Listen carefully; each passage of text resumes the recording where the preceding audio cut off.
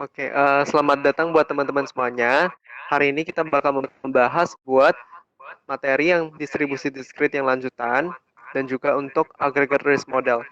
Nah, yang pertama, untuk yang distribusi diskrit, ini ada dua jenis, ada yang compound dan juga ada yang mix.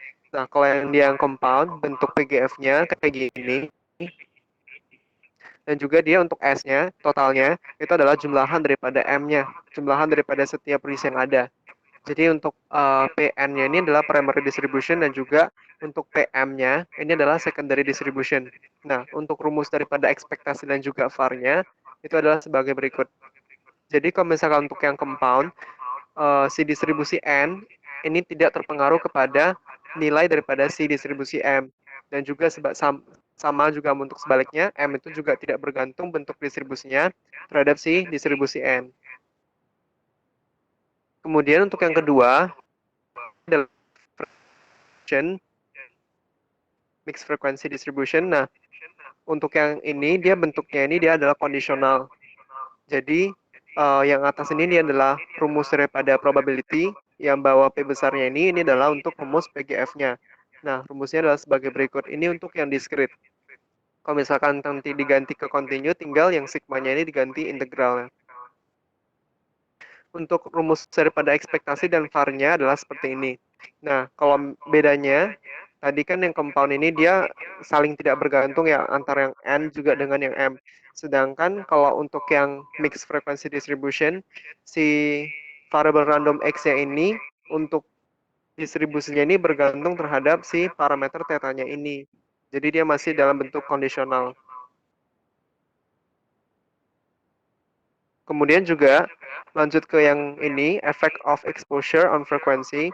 Nah, ini di awal itu dimisalkan N besar. N besar ini adalah total daripada semua frekuensi yang ada. Jadi ada sebanyak N misalkan N polis atau N kontrak yang ada. Nah, ini untuk rumus daripada si PGF-nya. Jadi dimisalkan bahwa diasumsiin bahwa antar N besarnya ini, NI, dia ini saling IID. Nah, bila misalkan dari N kecilnya ini bertambah, misalkan dia bertambah atau berkurang menjadi N bintang misalkan, nah frekuensi barunya ini punya PGF, rumusnya ini kayak gini. Lanjut ke aggregate loss. Untuk yang aggregate loss ini ada dua model, ada yang collective risk model dan juga ada yang individual risk model. Nah, bentuk rumusnya ini hampir sama. Ini adalah jumlahan daripada X-nya. XI-nya ini adalah distribusi severity-nya. N besarnya ini adalah si distribusi frekuensinya. Nah, kalau bedanya itu yang paling terlihat, kalau misalkan yang kolektif, N besarnya ini dia masih dalam bentuk distribusi. Jadi dia masih variable random. Sedangkan kalau misalkan N kecil yang ini, untuk yang individual risk model, N kecilnya ini sudah fixed number. Jadi udah nilai tertentu. Misalkan ada 200 orang yang diasuransikan, seperti itu. Sedangkan yang N besarnya ini dia masih dia bergantung kepada klaimnya. Bisa aja ada yang klaim, ada yang enggak. Jadi dia masih bernilai variable random. Nah, untuk yang collective risk modelnya ini, antar X-nya ini, dia saling IID, dan juga si distribusi daripada X, dia ini tidak bergantung pada nilai N-nya. Dan juga untuk distribusi daripada N, untuk frekuensinya juga tidak bergantung pada nilai X-nya. Sedangkan untuk yang individual risk model, dia N-nya ini, N kecilnya ini udah fix, udah tertentu. Antar X-nya ini dia saling independen, tapi dia nggak diasumsiin bahwa distribusinya itu sama. Dan juga ada probabilitas bahwa nilainya nol, karena misalkan nih dari 200 orang yang diasuransikan, kan belum tentu semuanya melakukan klaim kayak gitu. Jadi pasti ada probabilitas bahwa orangnya ini tidak mengalami klaim kayak gitu. Untuk nilai ekspektasi dan variansinya, ini sebenarnya lebih ke mirip yang compound karena dia jumlahan kan ya. Tapi memang nanti akan tergantung ke persoalan dari rumusnya, dari di soalnya kayak gitu. Nanti disesuaikan aja. Jadi untuk rumus umum daripada ekspektasi dan variansi, ini diingat aja ada dua ini, ada yang bentuk yang compound dan juga ada yang dia mix. Lanjutnya, ini ada yang net stop loss premium. Ini adalah ekspektasi daripada S, aggregate loss-nya ini ada nilai deductible-nya. Dan dia ada positif berarti untuk nilai ekspektasi dari aggregate loss yang melebihi daripada nilai deductible. Untuk rumusnya kayak gini, ini yang atasnya ini rumus umumnya, yang di bawahnya ini untuk yang distribusi diskrit, untuk yang sigma, dan juga yang integral ini untuk yang kontinu. Nah, ini lanjut ke untuk pembahasan soalnya. Yang pertama, ini aku ambil dari buku juga semuanya untuk soal-soalnya. Nah, yang pertama dibilang bahwa an individual is admitted to the hospital dan nilai charge, nilai biaya yang daripada si hospitalnya, ini kayak gini di tabelnya. Jadi charge-nya itu ada dua jenis, ada yang biaya dari kamarnya dan juga ada biaya lain-lainnya. Dengan nilai min untuk masing-masingnya ini dan standar deviasinya masing-masing untuk biayanya kayak gini. Dibilang juga untuk nilai kovariansi antara si room, si biaya antar kamarnya dan juga biaya lain-lainnya itu sebesar 100.000. Nah, seorang yang mengasuransikannya ini, dia bakal mereimburse, dia bakal mengembalikan, dia bakal memberikan klaim untuk biaya yang ada, itu 100% dari yang biaya kamar, tapi untuk yang biaya lain-lainnya itu cukup 80%. Nah, untuk juga number of hospital admission, jadi banyaknya klaim yang dapat terjadi di rumah sakit itu dia berdistribusi kosong untuk frekuensinya dengan parameternya 4 atau lambdanya 4. Nah, diminta untuk mencari nilai min dan standar deviasi daripada si insurance payout-nya.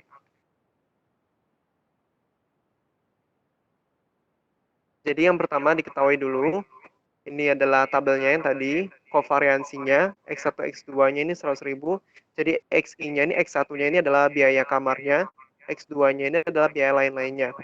Kemudian untuk policy adjustment-nya, ini 100%-nya itu adalah biaya kamar, 80%-nya ini adalah biaya lain-lainnya.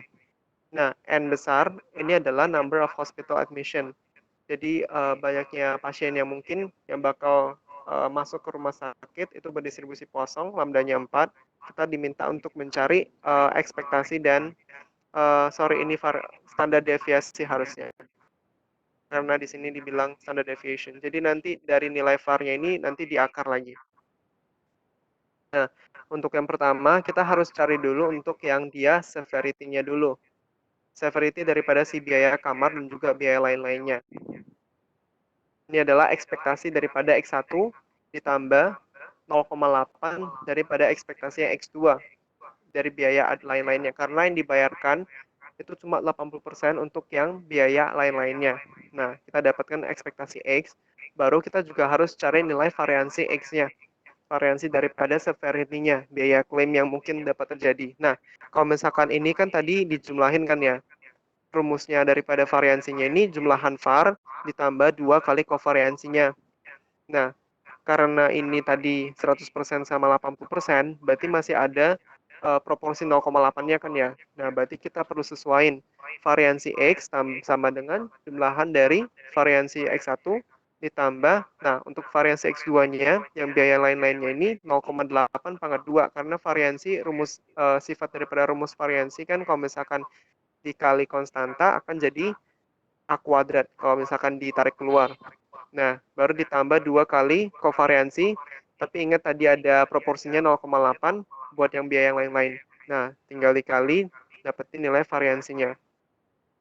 Nah, tadi kan diminta buat menghitung agregat loss-nya dari si ekspektasi dan juga standar deviasi daripada S-nya. Nah, terlihat bahwa si variable random daripada severity dan juga si frekuensinya ini dia nggak saling bergantung bentuknya. Jadi dia mirip bentuk yang tadi kan ada dua jenis, ada yang compound sama yang mix. Nah, kalau misalkan dia saling nggak bergantung antar dia frekuensi dan juga si X, berarti dia bentuk yang compound. Nah, sehingga kita bisa hitung nilai ekspektasi S dan juga si variansinya. Nah, karena dia yang compound, tinggal kita cari rumusnya. Ini ekspektasi N kali ekspektasi X, ini adalah ekspektasi daripada S.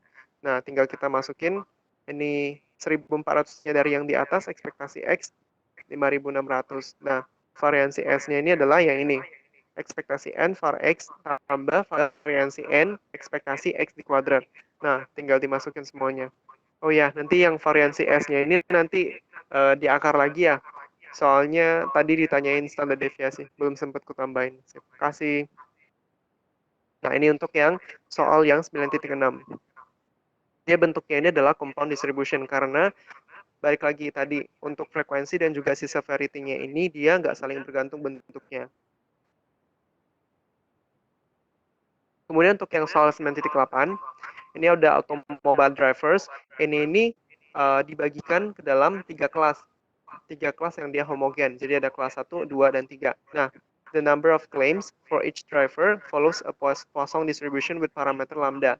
Nah, determine the variance of the number of claims for randomly selected drive. Nah, kita tahu bahwa si drivernya ini, pengendara daripada mobilnya ini dibagi ke dalam tiga kelas karena mungkin aja risiko daripada tiap orangnya itu beda-beda. Nah, dan ini diklasifikasikan ke dalam tiga kelas nih risikonya. Nah, populasinya ini 0,25 itu masing-masing buat kelas 1 dan kelas 2, baru 50%-nya itu ada di kelas 3.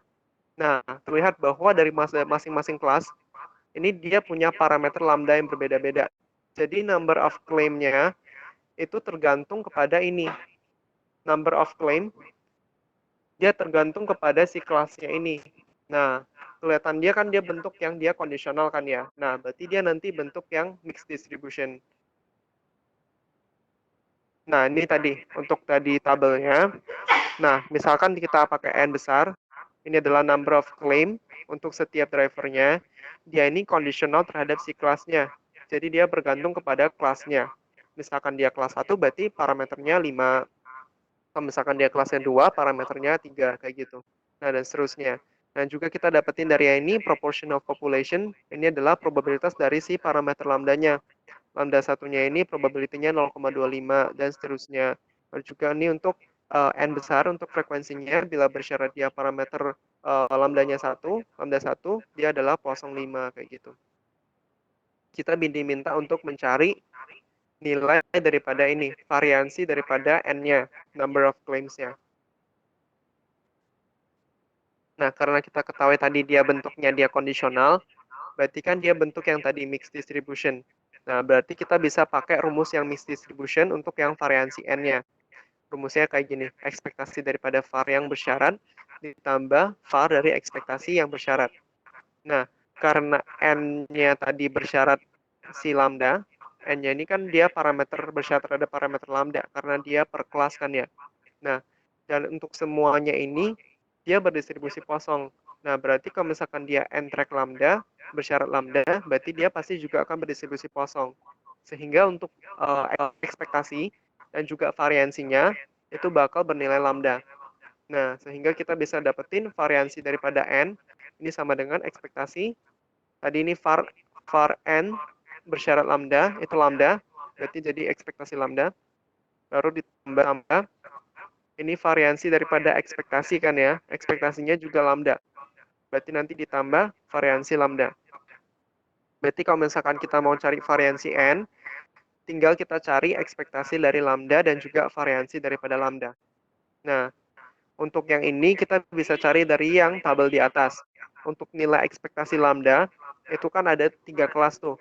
Ada 1 sampai 3. Nah, berarti ini kan dia diskrit. Berarti tinggal sigma lambda P lambda. Berarti tinggal tadi.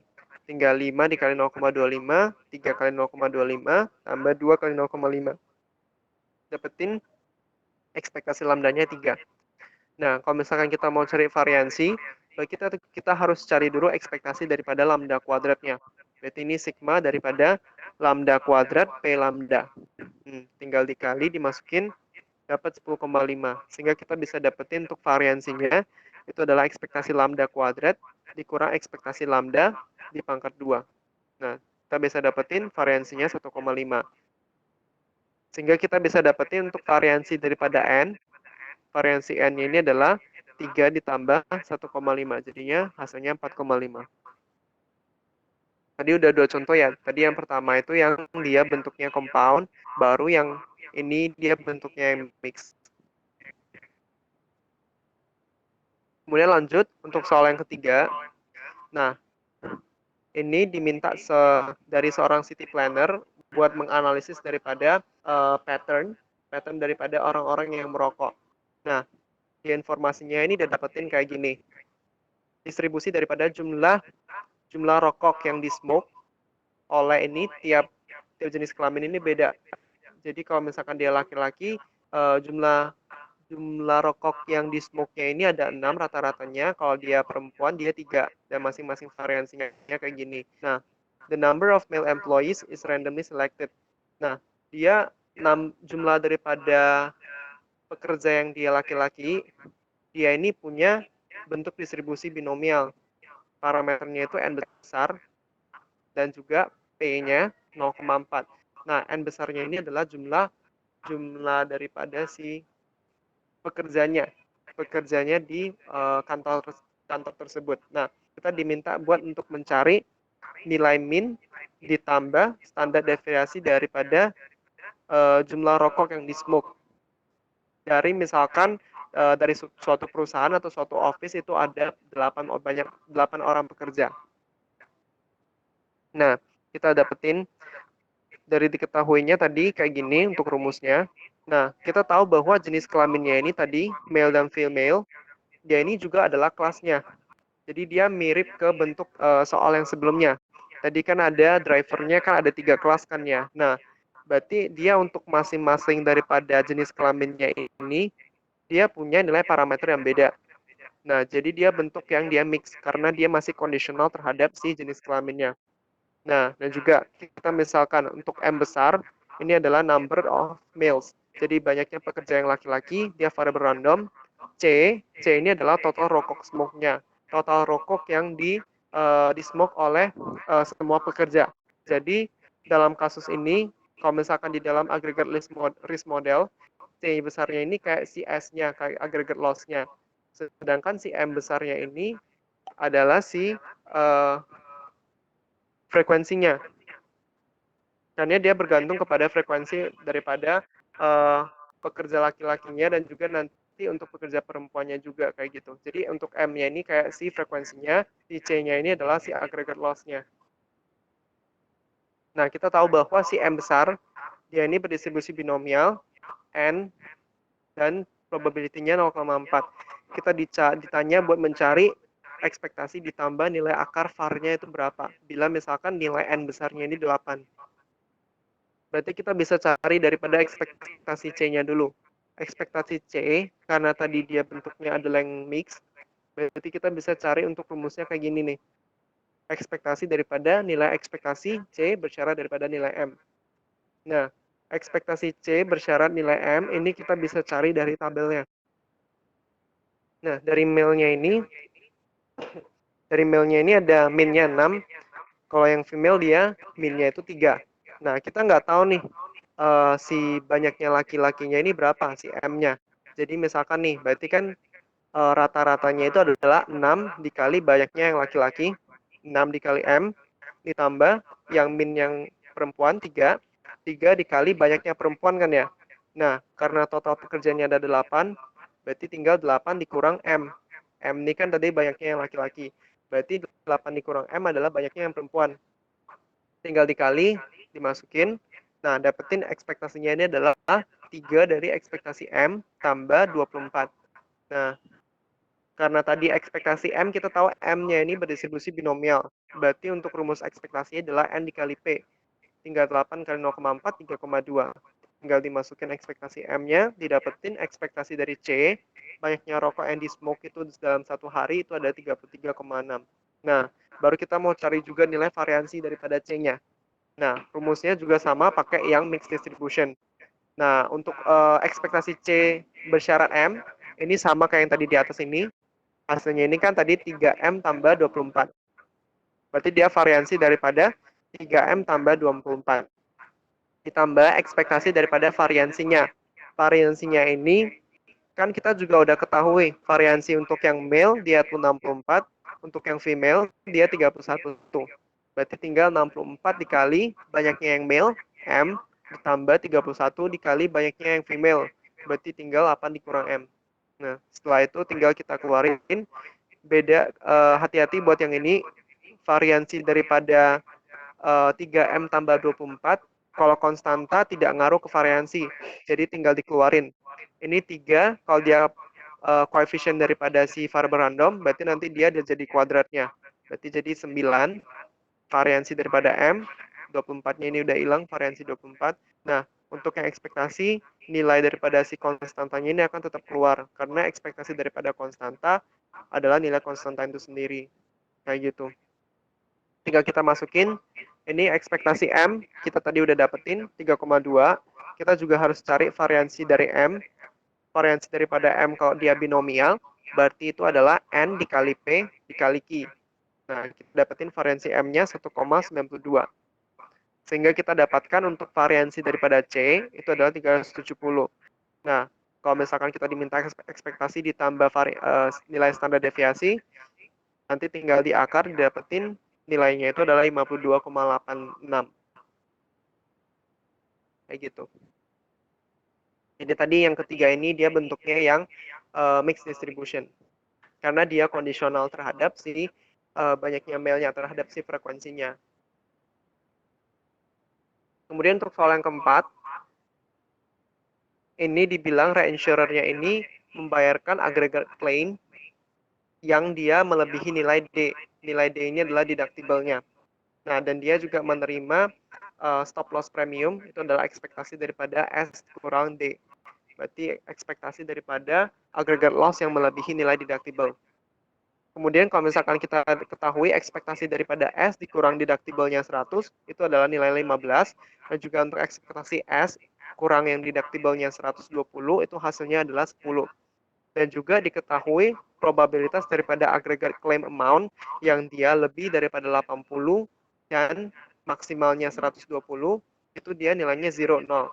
Nah, jadi kita diminta untuk mencari probabilitas daripada aggregate claim amount yang dia kurang daripada 80. Maksimal mencapai 80 kayak gitu. Berarti kita bisa tulis rumusnya kayak gini. Ekspektasinya ini 15 ada yang 10. Baru karena tadi si probability-nya ini kan nggak berubah nih dari rentang 80 sampai 120. Berarti CDF-nya tetap dari rentang si S-nya 80 sampai 120. Makanya dia dikurangin CDF antara yang 120 dengan 80 nilainya 0. Kemudian kita diminta untuk mencari si F80-nya. Nilainya ini berapa?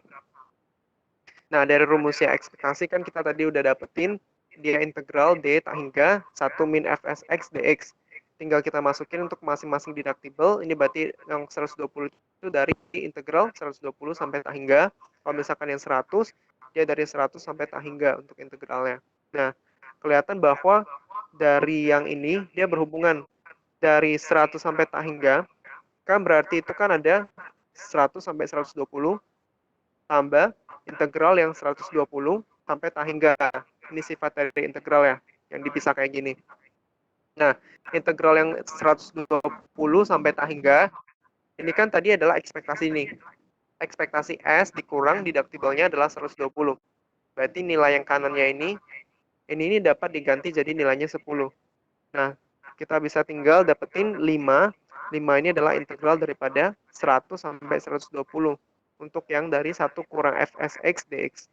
Nah, karena tadi dibilang bahwa probabilitas daripada aggregate claim loss-nya dari rentang 80 sampai 120 dia nilainya 0, berarti nilai CDF-nya ini konstan. Untuk aggregate loss yang nilainya itu antara 80 sampai 120. Jadi kita ambil aja misalkan dia si Fsx-nya ini dia konstan kan ya. Berarti kita anggap misalkan dia nilainya F80 kayak gitu. Karena nanti sama aja F120 itu kan sama dengan F80. Setelah itu kita dapetin ini diintegralin kayak biasa.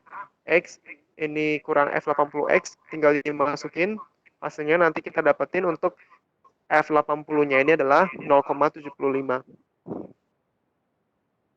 Jadi cukup sekian untuk tutor PTRA yang ketujuh ini. Terima kasih buat teman-teman semuanya. Semangat juga buat UAS-nya. Semoga sukses dan semoga dapat yang terbaik. Terima kasih.